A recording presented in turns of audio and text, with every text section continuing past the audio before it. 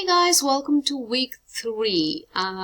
We're really moving along here, and I hope you're enjoying the course. I hope you find the material interesting, and also I'm looking for some feedback from you at this point to see how this is working for you, and if anything is not working, or if you want more of something, just let me know, okay, and I'll be happy to accommodate that. So let me go over the readings for this week. Or rather the objectives. I think this is what is really important in this week is the affect regulation and dysregulation, which is a possible consequence of trauma. So let me talk about that a little bit. I'm going back to our hand model. This is the amygdala where fight, flight, and freeze live. And this is our prefrontal cortex, which is a rational brain.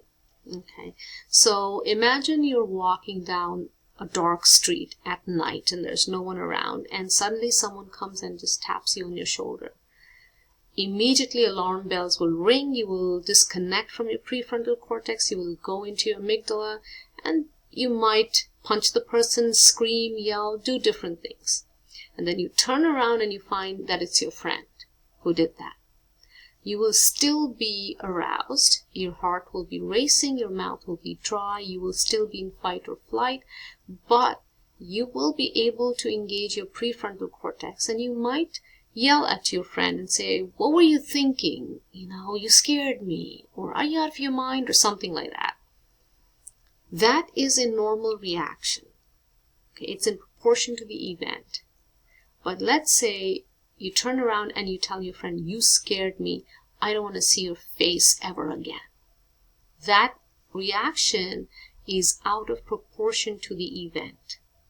And with trauma survivors, that could be a huge symptom of trauma. They are so in their amygdalas, they are constantly feeling threatened, constantly feeling as if their life is in danger and that they have to maintain safety at all times. So even this little tap on the shoulder is seen as a threat to their well-being. And that is known as affect dysregulation.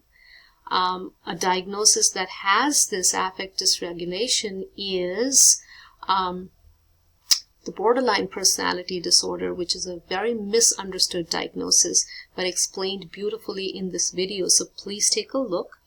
And it's Van der Kolk talking and explaining how this develops.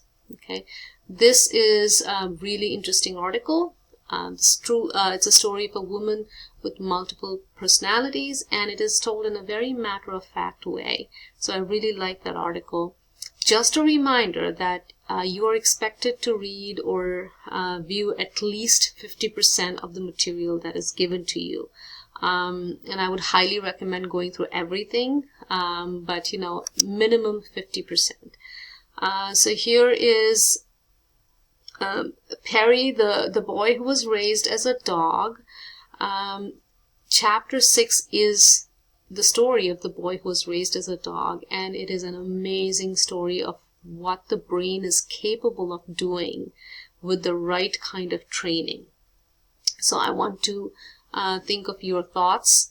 Not think of your thoughts. I'd like to know what your thoughts are, especially from, again, a macro perspective. Did the system fail this child? Did the system save this child? What impact did this lack of interpersonal connection have on him, on his physical well-being? It's a really, really, really interesting case. Okay. Then the body remembers psychophysiology of trauma and trauma treatment. Chapter 4 again talks about dissociation, which is a coping technique devised by our brain, and it happens on a continuum. You have to remember that. So everybody dissociates. If this is too boring and your brain says, "I wish I was in Hawaii," you're daydreaming, that's the mildest form of dissociation. And then it gets more and more serious. You kind of are driving and you want to go to point A, but somehow you're at point B and you don't remember. You start forgetting things. It happens due to stress, but it's still under the normal continuum. But if you are out and about and people come up to you and say, hey, I really enjoyed meeting you, and you have no recollection of who they are, then that's a problem. Then it's something very, very serious. And another extreme form is you won't even remember, like, who your alters are or what you did, and you probably have an alter. So under extreme stress, it's almost like our personality breaks apart into little pieces of us, and each piece becomes a personality in itself. They're not integrated anymore. Okay, so typically we have multiple personalities within us, but they are integrated. We're aware of them. And, when I'm with a certain person, a certain personality comes out. When I'm in another environment, another personality comes out, but I'm aware of it. In trauma, I'm not. So these chapters talk about that. This PowerPoint, I already went over it last week, so you're at an advantage, but do go through it again because it's going to help add more layers to what you already know. And these are the 2 videos for this week. This can be triggering for some, so please be careful when you view it. Okay, so let's look at the let me see, here we are. No, this is week 2, I'm sorry. The assignments for week 3. So we're going to be discussing the boy who was raised as a dog. That's the chapter we're discussing. I hope I'm telling you the right thing, but it is chapter 6. And let me take a look. Okay, yep, it is the boy who was raised as a dog. That's chapter 6, and that's the case that we will be discussing. These are your prompts. Students who have the letter B will complete micro, C will complete a meso, D will complete macro, and A will complete therapeutic approaches prompt.